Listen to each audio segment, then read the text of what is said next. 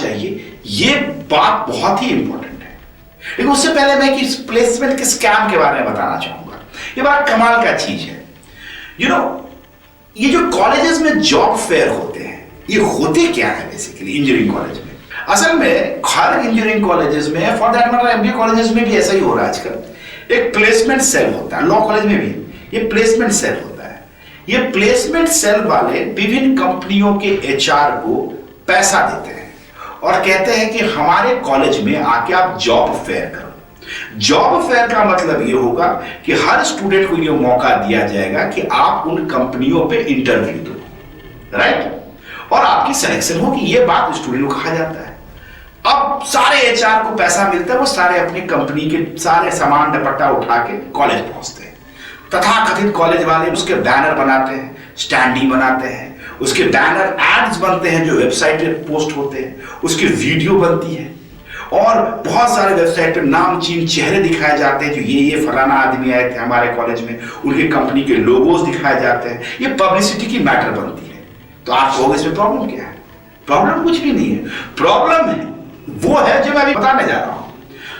इस job fair के interview में अपीयर होने के लिए स्टूडेंट को कराई जाती है पर्सनैलिटी डेवलपमेंट, और इसके लिए भी उनसे पैसे ली जाती है।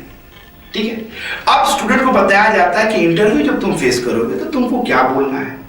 ठीक, नंबर 2, उन्हें रेज्यूमे बनाना सिखाया जाता है, वो भी अच्छी बात है। उन्हें तो सिर्फ इंटरव्यू करने के लिए जो भी साजो सामान की जरूरत है वो उन्हें बताया जाता है, मगर उन्हें वो बेसिक्स नहीं सिखाई जाती, जो बेसिक्स बहुत इंपॉर्टेंट है इंजीनियरिंग के लिए। खैर, अब ये इंटरव्यू होता है। मान लो एक इंजीनियरिंग कॉलेज में 100 बच्चे हैं, 100 के 100 जब इंटरव्यू देते हैं, उसमें से 10 का सिलेक्शन होता है, 90 सिलेक्टेड नहीं होते हैं। तो आप कहोगे चलो 10 का तो होता है, नहीं, उसमें भी एक कैच है। असल में उन 10 को कहा जाता है कि तुम अभी 3 महीना के लिए प्रोबेशन पे हो। कंपनी, कॉलेज उन कंपनी को, उन एचआर को 15,000 पर मंथ के हिसाब से, यानी 45 हो रहा तो 50-60,000 उस एचआर को देता है कि आप हर बच्चे को हर महीना स्टाइपेंड के रूप में 10,000 रुपया दो। 2 महीने के बाद ऑटोमेटिक वो कंपनी उस बच्चे को निकाल देता है। पहला, एक तो उन्हें इंजीनियरिंग के बारे में कुछ पता नहीं होता है, दूसरा ये तो पूरी घूमी हुई स्कैम थी।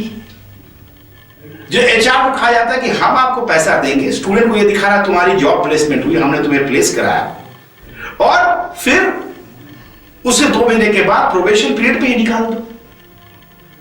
बच्चा आ जाता है वापस, कॉलेज खत्म हो चुकी होती है, इंजीनियर वो बन चुका होता है। अब उसे समझ नहीं आता है कि मैं करूं क्या, कहां जाऊं, आधा तो उसे कुछ है ही नहीं, कि उसे सिखाया नहीं कुछ गया। तब आप देखते हो कि वापस वो वहीं पहुंचता है जहां पे उसके सारे बैट्समैन काम कर रहे होते। तो पूछो कि बैट्समैन कर क्या रहे होते? तो वो 3 ही चीज बेच रहे होते, रियल एस्टेट, इंश्योरेंस और CASA, current account and saving account. तमाम इंजीनियर आजकल यही कर रहे हैं, रियल एस्टेट बेच रहे हैं। और रियल एस्टेट वाला कहता है कि अगर आप घर बेचो 2% यानी कि 2 लाख रुपया कमा लो, और लगे पड़े हैं। तो आप पूछोगे फिर ये हो क्या रहा है? ये ऐसा ही हो रहा है।